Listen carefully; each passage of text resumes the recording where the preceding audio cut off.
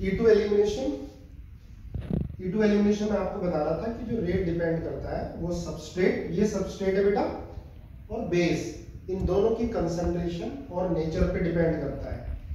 तो second order reaction है E2 elimination. Substrate की भी पावर 1 होती है, बेस की पावर भी 1 होती है, पुरानी वाली वीडियो में बताया मैंने आपको। Slow step rate determining step होता है, रेट स्लो स्टेप पर डिपेंड करता है। अगर स्लो स्टेप थोड़ा फास्ट हो जाएगा तो रिएक्शन जल्दी हो जाएगी।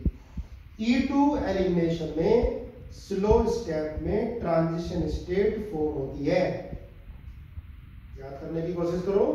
E2 एलिमिनेशन में स्लो स्टेप के अंदर ट्रांजिशन स्टेट फॉर्म होती है। बेटा ट्रांजिशन स्टेट क्या होती है? जिसमें साइमल्टेनियसली बॉन्ड की फॉर्म ब्रेकिंग और साइमल्टेनियसली बॉन्ड की फॉर्मेशन। अब देखो ये बॉन्ड ब्रेक हो रहा है, ये बॉन्ड साथ में ब्रेक हो रहा है और ये बॉन्ड बन रहा है अपनी वैलेंसी को पूरा करने के लिए। एच को कौन हटाएगा बेटा? Strong base, strong base. इसलिए मैंने बोला E2 एलिमिनेशन को फेवर कौन करता है? स्ट्रॉन्ग बेस करता है। तो ये H को हटा रहा है, यहां से Cl हट रहा है। अब देखो एक बात और बताई थी मैंने कि जो रेट होता है वो लीविंग पावर ऑफ ग्रुप पर डिपेंड करेगा। देखो Cl है बेटा लीविंग ग्रुप, H तो साथ में हो गई, Cl है लीविंग ग्रुप। अगर Cl की जगह I होता तो रेट ज्यादा होता, क्योंकि I की लीविंग पावर ज्यादा है, लीव करने की टेंडेंसी ज्यादा है, और leaving power inversely proportional to basicity. आपको पहले बताया हुआ, आगे भी आएगा, फिर दोबारा पूरे टॉपिक को कराऊंगा। तो अगर F, Cl, Br, I, तो सबसे ज्यादा लीविंग पावर बेटा किसकी होगी? F, Cl, Br और I। लीविंग पावर ज्यादा किसकी? I की लीविंग पावर ज्यादा, tendency of group to leave. उसके बाद Br की, फिर Cl की, फिर F की। तो सबसे ज्यादा लीविंग पावर किसकी होगी? I की। तो लीविंग पावर ज्यादा होगी तो ये आसानी से हटेगा, तो रेट भी ज्यादा होगा। अब देखो प्रोडक्ट कौन सी मेजर बनेगी?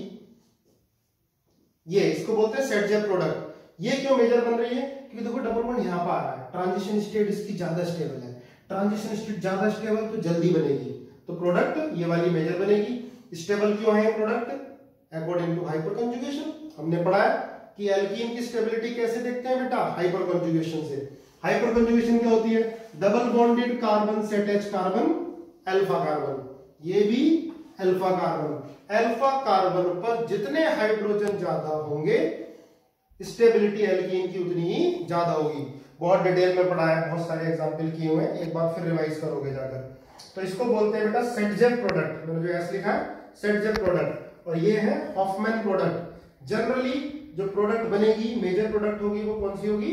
Set जेप product. ये ज्यादा स्टेबल होती है। एक चीज और मैंने बताया था कि आइसोटोपिक इफेक्ट ऑब्जर्व होगा। E2 एलिमिनेशन में आइसोटोपिक इफेक्ट ऑब्जर्व होगा। देखो स्लो स्टेप में यहां से Cl हट रहा है, यहां से H हट रहा है, तो अगर हाइड्रोजन की जगह में ड्यूटेरियम, अगर H की जगह D आ जाता है, H की जगह D आ जाता है या T आ जाएगा, तो हमें पता है कि CD की बॉन्ड एनर्जी ज्यादा, CD की बॉन्ड एनर्जी और ज्यादा, बॉन्ड एनर्जी ज्यादा होगी तो हमें ज्यादा टाइम लगेगा तोड़ने में, बॉन्ड को ब्रेक करने में, तो रेट क्या हो जाएगा? कम हो जाएगा। अगर आइसोटोप आने की वजह से रेट में डिफरेंस होता है तो इसको बोलते हैं आइसोटोपिक इफेक्ट होगा। देखो ये वाला आइसोटोपिक इफेक्ट भी होगा, हाइड्रोजन के D आ जाए या T आ जाए। अगर Cl है 35 है, अगर Cl 35 की जगह किसी दूसरे क्वेश्चन में Cl 37 होगा तो रेट क्या होगा? ऑब्वियस बात है, रेट क्या हो जाएगा? कम, क्योंकि जैसे जैसे मास बढ़ता है आइसोटोप का तो बॉन्ड एनर्जी बढ़ती है, बॉन्ड एनर्जी बढ़ेगी तो रेट कम हो जाएगा। फिर दोबारा सुनो, H की जगह D आएगा या T आएगा तो रेट कम होगा, रेट कम होगा, इसका मतलब आइसोटोपिक इफेक्ट ऑब्जर्व हो रहा है। अगर आइसोटोप आने की वजह से रेट में फर्क पड़ता है तो उसको बोलते हैं आइसोटोपिक इफेक्ट ऑब्जर्व हो रहा है। तो ध्यान रखना, जनरली हम हाइड्रोजन का तो ध्यान रखते हैं लेकिन दूसरा जो लिविंग ग्रुप है उसको ध्यान नहीं रखते। तो यहाँ भी अगर आइसोटोप चेंज होगा, Cl 35 की जगह Cl 37 आएगा तो रेट क्या होगा?